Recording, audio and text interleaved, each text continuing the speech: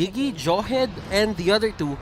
While we look at for the side of execution dito, Eve, Uranus, and Johed, ang kanilang ibabaan. While for the side of Omega, it's going to be the Benedetta, Ling, and the Lunox. Damage output ang tinitignan ng Omega. And looking at Omega's bans, napaka-standard ng bans na binibigay nila dito. The Benedetta is one of the heroes that are highly contested right now at madalas na pipick. Bukod pa doon, ang Ling at Lunox din. So I'm quite sure Omega, may susubukan silang kakaiba siguro. Yung tipo na hindi natin ine-expect kaya standard ang bans na nilabas nila dito. Meanwhile for Execration, getting that priority pick on the Selena means they will have extra vision, extra pick of power. Pero open pa ang Popolin Kupa, but I'm quite sure or medyo malaki na yung chance na hindi naman nakukunin ng Omega yon dahil meron na silang Matilda. Matilda and Glue, and that is going to be the Faramis. Wow. And the Paquito. Do you think na may chance na kumuha dito yung execution ng Bane? Well, at this point on, feeling ko meron pa naman dahil wala pa silang isang offlaner natin. They already have the Paquito. They could potentially get the Bane. And Faramis, this is one of the few times or perhaps the first time that we're seeing this on playoffs. May ginagawa ngayon sila sa ranked games na Faramis-Bane combination na talaga nagpupush lang si Bane ng mga turrets. And because of the passive, let's say it's a bit busted. Na talagang merong mga gumagamit sa kanya and napakalakas talaga niya ngayon at this stage of the tournament. And let's see if Execration will try to go for that ranked game strategy. On the side of Omega, pretty standard, Harith. Yep, and this is super standard so far pero ang dami na nilang shields so I'm expecting maybe somewhat Banda Esmeralda as well. Medyo hindi masaya kung may Esmeralda sa side ng Execration if Omega ka. Pero nabanggit mo na rin yung Bane strategy with the Faramis. I'd love to see that in this matchup pero napaka-risky nun, Butters. Imagine mo yung tinatry nila sa rank game, ilalabas nila sa possible last match nila dito if ever matalo sila sa Omega. Then again, remember, this is a best of 5. Meron kang laging window para matalo ng isang game and it won't really hurt you unless magtuloy-tuloy yon. Na makakuha sila talaga ng wins or they can get momentum out of that. Execration, nagtanggal ng Farsa while yung Omega, Hayabusa naman ang dinali. And Hayabusa banned out of this game. Medyo iniisip ko na ngayon, Omega, they have the late game scaling definitely. May Harit na sila, pero may aggression din sila by early game with that Matilda and Glue. Meanwhile for Execration, pick of potential talaga ang nabibigay ng Selena. And if we look back for the past few weeks or maybe the last week of regular season, Etomax has been very good. Kumbaga, A+ ang score o baka S-tier pang pick ang Selena para kay Etomax. At unti-unting umaangat si Diggy dito para sa side ng Omega. Hindi natin pag-usapan yan. Execration, kahit ang kanilang tinanggal, well, ayaw mo din ibigay sa mga specialist katulad ni Curtizy. Curtizy, isa tong player na nung season 6, nasa side lane siya eh. Pero ngayon, tingin ko for the side of Omega, nag-excel siya dun sa may mid support role. And looking at Omega, I do think that they've found a new identity in Season 7. But this is an identity that we haven't felt completely yet. I feel like Omega is yet to impose who they are right now in Season 7. And I feel like this is the match to do it. Execration, kung identity ang pag-uusapan, ito talaga eh.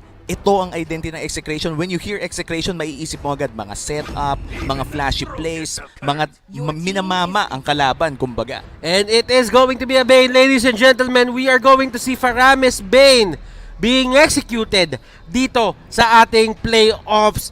Execration, kumuha pa ng gusyon. Wow. OMG, ano ang sagot nila dito? Well, this is very new for everyone here in the playoffs of MPL Philippines Season 7. Execration pulling off the Gusion plus the Bane. Usually, hindi natin to nakikita ng magkasama. Pero Execration, nilabas na nila. Ito na ba ang bagong kamandag ng Execration na magpapadala sa kanila sa susunod na phase? Again, this is just Game 1 at Best of 5 series to. Kaya Omega, feeling ko, kakapain nila ng konti ang ginagawa ng Execration dito. Indeed, Omega down to their last pick. And they Coach, will why not? go Ano to? for a Chang'e. A lot of shields on their side. Meron silang shield kay Chang, may shield din kay Harit, may shield din kay Matilda. I feel like the sustain in the range coming in from Omega. Isabay mo pa ang Death Sonata at ang Meteor Shower ng Chang'e. napakaganda ng kanilang range damage. Pero pag naabot sila ng isang Pakito o ng isang Bane, medyo mahirap nang mabuhay sa ganong sitwasyon. Ang sinasabi ni Omi dito, it's all about the gap closers para sa side ng Execration and they have that capability. Plus, meron pa silang Selena. Pero naman, sa Omega, ang gusto nila gawin dito ay play the slow game, wag masyado magmadali, mag-scale kayo hanggang doon sa pinakamakakaya nyo and manalo sa paraan na tradisyonal. Yeah, and this is very, let's just say, very Omega. Itong nakikita natin sa regular season pa lang, they're one of the more systematic teams. Ito yung mga teams na makikita natin na may plano, sinusunod ang plano, at doon sila nananalo. And let us see what will happen here. KLVJ, kumuha siya ng Gusion Jungle. We don't see people, or we don't see teams na ginagamit to as much, pero ngayon ay ilalabas siya ng Execration. And looking at this whole matchup right now, ang ating Gusion Jungle, this is the first time na makikita natin to sa playoffs. Nakita natin ang Gusion from next play nung first day natin of the playoffs, pero hindi sila naging successful sa pag-debut ng Gusion on the gold lane under Rene J's hands. Pero look at this, 2v2 in the top side. What happened there? And this is the mechanic na ginagawa na itong Bane Faramis combination. Ngayon lang talaga sila. Ang gagawin nila is magkakaroon talaga sila ng priority in getting the energy crystals. And energy shields rather, not the energy crystal. Naisip ko si Ibe. oo nga, nagulat din ako parang saan nakuha yung energy crystal, pero ano kaya to? Kakaiba to ha. Very interesting to para sa mga viewers natin kung ano bang ginagawa ng ganitong klase na strategy. They are getting gold, but sa yung trade-off early, medyo parang feeding digi ba to, no? Nakakaiba talaga yung dating ng gold, pero habang tumatagal, feeling ko babalik din yung gold sa Execration. And lahat ng ito ay posible dahil doon sa jungle emblem na kinuha ni Kelra. Kung papasin nyo, rinse and repeat lang to, ulit-ulitin lang nila hanggang makuha nila lahat ng energy shields, makuha nila lahat ng torre, at si Toshi, lalalim yung kailangan niya puntahan para makapag-defend or makapag-farm. And this is a Harit that we're still talking about.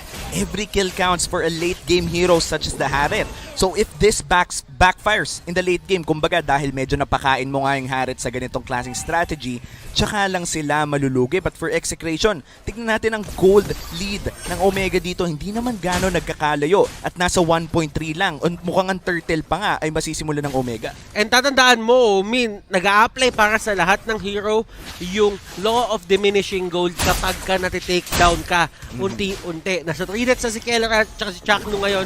So pababa ng pababa yung kanilang bounty dito. Parang spaghetti lang pala, no? Parang Pababa spaghetti, ng pababa. But going back dito sa ating game, wala pang kills na nakukuha ang Execration. But yung law of diminishing gold, hindi sila pwedeng makakuha ng kill.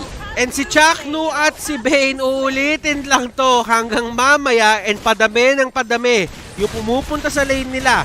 OMG, ang ginagawa naman nila, they are taking it slowly but surely, pero habang nangyari lahat yon, since nakita ng Execration na may 3 tao sa taas, ang gagawin nila, rekta sa turtle. And that's a good trade-off. Cross-map play ang ginawa ng Omega doon. Knowing, or Execration rather, knowing that Omega invested around 3 or 4 people doon sa top side, immediately, they took down the turtle and they equalized a bit of the gold trade na nangyari doon. But looking at gold right now, medyo napupunta na nga tayo sa law of diminishing gold, Butters. 1.3, na-stuck na sa 1.3 to 1.6. Kahit namamatay pa ulit-ulit ang dalawa. So dito nagiging interesting to kasi nakuha na ni Faramis yung kanyang ultimate. Pwede nilang ulit-ulitin to as long as merong ultimate si Chakno at pwede nila kunin lahat ng torre hanggang sa makarekta sila doon sa may pinaka-base turret.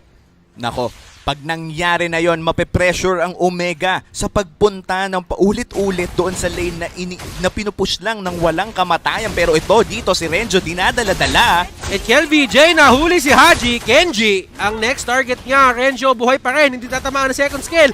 Nag-flicker in si Kenji at mukhang siya ang tutumba dito. Renjo, Midapakito, survives. Wow, 2 kills finally napunta sa side ng Execration, pero tignan mo to, wala talagang tigil sa pag-push ang Execration dito sa ating gold lane. So ang ginagawa na lang ng side ng ng Omega is kina-cut off na lang nila yung minion wave para hindi tumaas yung damage output ng Bane at Faramis doon sa may mismong tore. At it's na nakikita natin ngayon, talagang palalim na ng palalim ang pinupush ng Execration dito. Kadalasan nakikita natin ang mga creative na strategy nang gagaling sa Omega, pero Execration, dumating sila dito ng napaka-prepared at malefic roar na nga dito si Keldra. At Ibig sabihin yan, mas masakit pa sa Torre. At bakit nga ba si Lina yung isang kinuha nila? Kasi pwede kang mag-teleport doon sa Abyssal Trap. Ang gagawin nila, mag-setup sila na malapit doon sa Torre, at kapag na-setup na nila, doon sila gagamit ng arrival. At gamit ng arrival na yon, paulit-ulit lang nilang ipupush ang gold lane. Ngayon, nandun na sila sa inhibitor turret. 5 minutes. This is by far the earliest. Kumbaga, yung pinakamaagang inhibitor turret if ever nakaabot agad sila doon. So okay, nakwento na natin lahat. Tama na yung tono na para tayo nagkikwento sa mga baby. Ngayon, Omi, lalaban na tayo ulit. Balagbaga Nandito tayo, balagbaga na. Gusyo, nakuha yung turtle, hit with a circling eagle. Grabe yung nilipad! Ha, GZ! Will take down Kel BJ. At eto na ang laban. Chaknu at Kelra napalaban na rin. At ito, yung downside nito. Omi. Yan nga yung downside nito dahil bumababa ang kapasidad ng Execration lumaban sa isang 5v5 team fight. Bukod pa doon ang Execration, kung nandito sila sa ganitong sitwasyon, hindi pwedeng makakuha ng kill si Kelra o si Chakno dahil magre-reset ang kanilang gold value. Now, ano ang next step para sa side ng Execration o Omi? Kasi yung Omega, wala na silang torre dito sa may taas eh. Ngayon, for Execration, feeling ko ang kanilang next step ay ituloy na din lang kung ano yung strategy nila. Again, go back to that gold lane, nag-a-arrival na. Paulit-ulit lang. Gawin na lang na mission successful dito dahil sinimulan na nila ang ganitong strategy para kunin ng maaga ang inhibitor turret. And yung ultimate nandun pa rin talaga, Omi. Walang Hindi katapusan. nila mapigilan, walang katapusan. Dumadami lang yung procs ng pag-revive dahil sa damage output na ginagawa ni Omega, at unti-unting nababasag yung base ng side ng Omega. And this is very reminiscent of strategies that heavily go for, let's just say, pushing. Pero KLBJ dito, ang dami niyang sinalo in Omega Esports. I feel like ang sagot nila dito sa ganitong strategy o cheese strategy na ginagawa ng Execration ay just take fights when they see them. Haji Z, nakuha nila yung unang torre nila para dito sa game. This is a great move para sa side ng Omega para kahit paano ay makakuha naman sila ng onting breathing room. Pero sabi na Execration, Walang anong breathing room?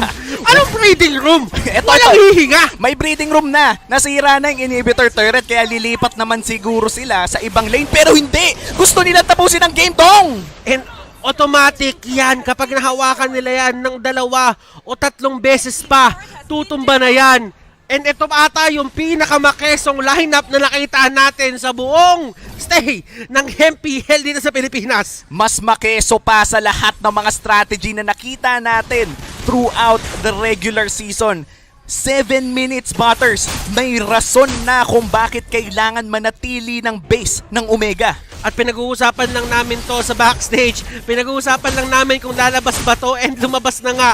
Si Heath nandito sa area, pero kasi ang pinaka-problema, turn na din dito si Haji kung ano nga bang gagawin niya. Nako, and they're going for it. Sinusugod na lang talaga nila ang base pero medyo kulang ata sa minions at damage. Nako, nakakuha ng kill. Okay lang yan kasi ang pinaka-primary na gagawin lang naman talaga nila, basagin lang yung base turret, tapusin lang yung laro. Kalahati na yung buhay ng side ng Torre dito, ng Omega. Pero habang nangyayari yung lahat, si Renzo, staying strong, dito sa may bot, trabaho lang. And kung papansinin mo, napakalakas ng mid lane potential at side lane potential, nung bottom lane potential, netong ginawang draft ng Execration para hindi sila magkaroon ng problema. Napaka-mega mind ng strategy na ginawa ng Execration dito pero mukhang magkakaroon ng labanan. Circling Eagle, pasok na dito. And that is going to be Kelra taking down yung Torre. Wala sila i-take down at tatanggapin lang nila buong buo. Yung pagkamatay na yon at alam nila ay nagawa na nila yung trabaho nila. Kel BJ kumukuha ng kill and slaughtering Blades. Binato niya na lang para kahit papano makapag-deal ng damage or makakuha ng kill. Pero that won't be enough para pigilan yung tempo na ginagawa ng Execration ngayon. Grabe yung tempo na nilalabas ng Execration dito. Tignan mo rin ang item ng Bane dito. Malefic Roar with attack speed boots tsaka 2 espada na rin. Ibig sabihin nito, Legion Sword, napakasakit ng damage ng Execration, especially sa mga turrets. At ngayon, iisahin na naman nila ang XP lane naman. At eto, keys to victory unlock, communicate well, nagko-communicate sila ng tama, and Chakno hindi inabot ang pagkamatay ni Kelra, kaya hindi siya mag-revive at that point in time. Pero sila Etomax ay gumagawa lang ng paraan para makakuha ng unti-unting pick-off sa may mapa. Execration, kailangan ba nila ituloy ito hanggang dulo? Feeling ko kailangan na talaga nila ituloy ito dahil nasimulan na nila ang trabaho. Hindi na rin sila makakatalikod pa sa full out na labanan. And I feel like this is the make or break para sa Omega Esports. Up na ang Lord. Kung sakaling makuha nila ang Lord, magkakaroon sila ng mga minions na dagdag na mas masasakit, mas malalaki, at mas malalabanan nila ang push power o ang kapangyarihan ng Execration para lang mag-push ng paulit-ulit. At ito na nga, simulan na ng Omega ang Lord.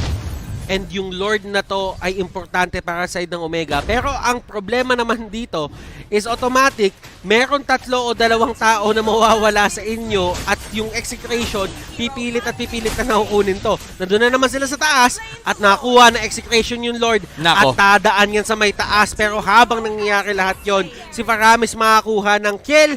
But yung trio ng Omega, si Heath, Toshi at si Haji, tuloy-tuloy lang sa pag-pressure ng ibang lane. Nako, medyo mahirap to para sa Omega Esports. Meron ng Lord na nagmamarch dito sa gold lane at dederecho yon sa kanilang base. May arrival din na available para sa Execration, so anytime na makapush ang level 1 Lord na to, ay pwede silang dumiretso at hindi na nga nila inantay pa dahil dumiretso na sa base dito si Chakno at si Kelra. Chakno at Kelra, susubukan nila tapusin to. Yung ultimate ni Chakno, binato! Kelra, kakayanin ba nila? May enough damage ba? Another revive doon sa may ultimate. At pang-apat na nila to.